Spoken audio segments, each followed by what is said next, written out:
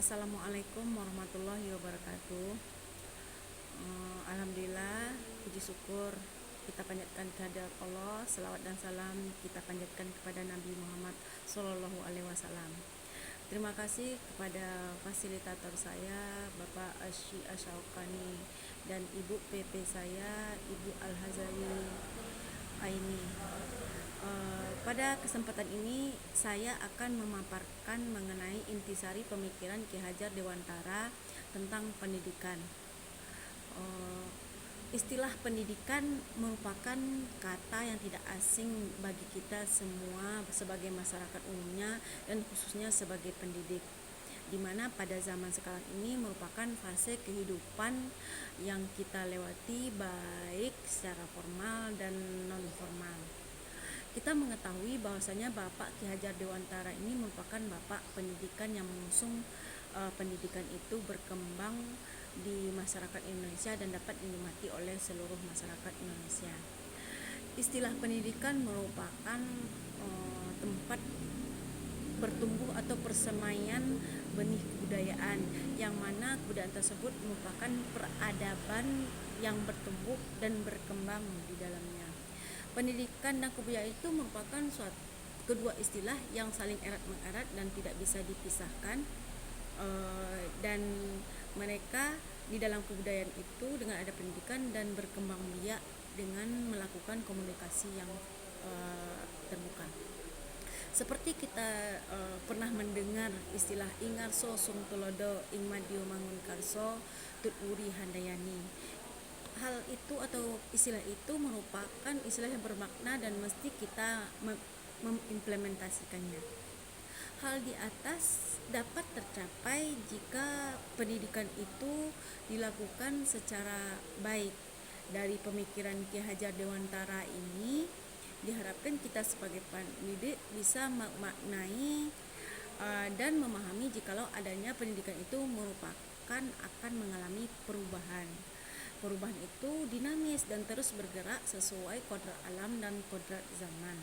Jikalau pendidikan itu statis, maka akan hancur, seperti diibaratkan oleh Ki Hajar Dewantara sebagai ibarat susunan galaksi, di mana dia terdiri dari bermacam-macam planet dan planet seperti Merkurius, Venus dan lain-lainnya, dan dengan bentuk dan besar yang berbeda-beda, dan mereka semua itu bergerak, ada yang bergerak lambat, ada yang bergerak cepat.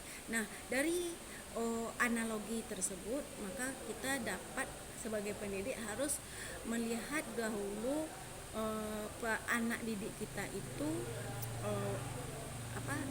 mencermati bahwa anak didik kita itu baik, bakat, minat, serta sifat-sifat lainnya. Kesemuanya itu secara otomatis akan berkaitan dengan kebudayaan yang ada pada siswa dengan peradaban yang berbeda-beda juga. Contohnya kalau anak-anak yang di kampung sama di kota tentu juga akan berbeda kebudayaannya. Oleh karena itu, seiringnya pendidikan tersebut berubah, maka perubahan itu terjadi pada yang pertama yang berkaitan dengan keadaan, di mana di sini disebutkan ada kodrat alam dan ada kodrat zaman. Kodrat alam itu merupakan berdasarkan anak tinggal dan berada. Mungkin secara digambarkan seperti ini.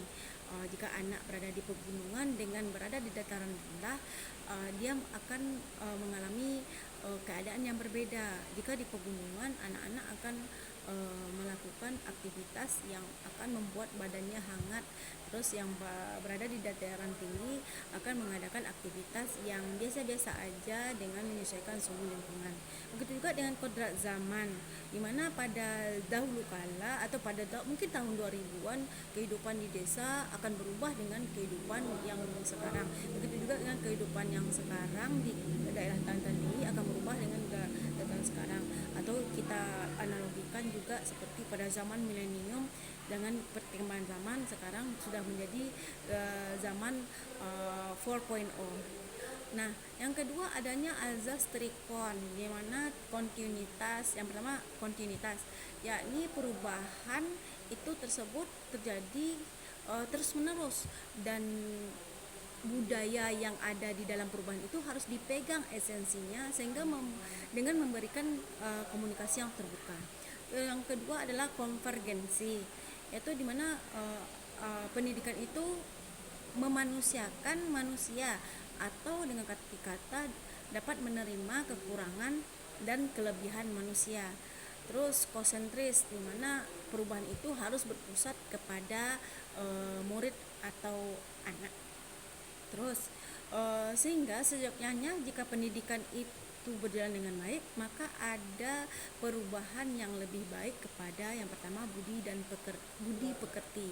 Budi di sini berbicara mengenai cipta, karsa dengan karya. Cipta, karsa dan karya. Nah, kalau bicara pekerti merupakan suatu energi atau usaha. Nah, yang kedua, siswa dapat kita pandang sebagai dengan rasa hormat, yaitu apapun yang kita lakukan adalah murid, dan murid. Yang ketiga, menghamba kepada anak, di mana kita harus melayani dan memenuhi kebutuhan anak sesuai dengan bakat atau sifat bawaannya. Nah, jikalau makna filosofi itu kita pahami semua, maka bawaan jikalau saya sebagai pembelajar, saya memandang diri saya sebagai pembelajar akan memahami benar makna pendidikan secara baik, sehingga apa yang dicita-citakan oleh Ki Hajar Dewantara dapat ditempuh. Yang kedua, mungkin melakukan secara baik dalam pelayanan kepada siswa.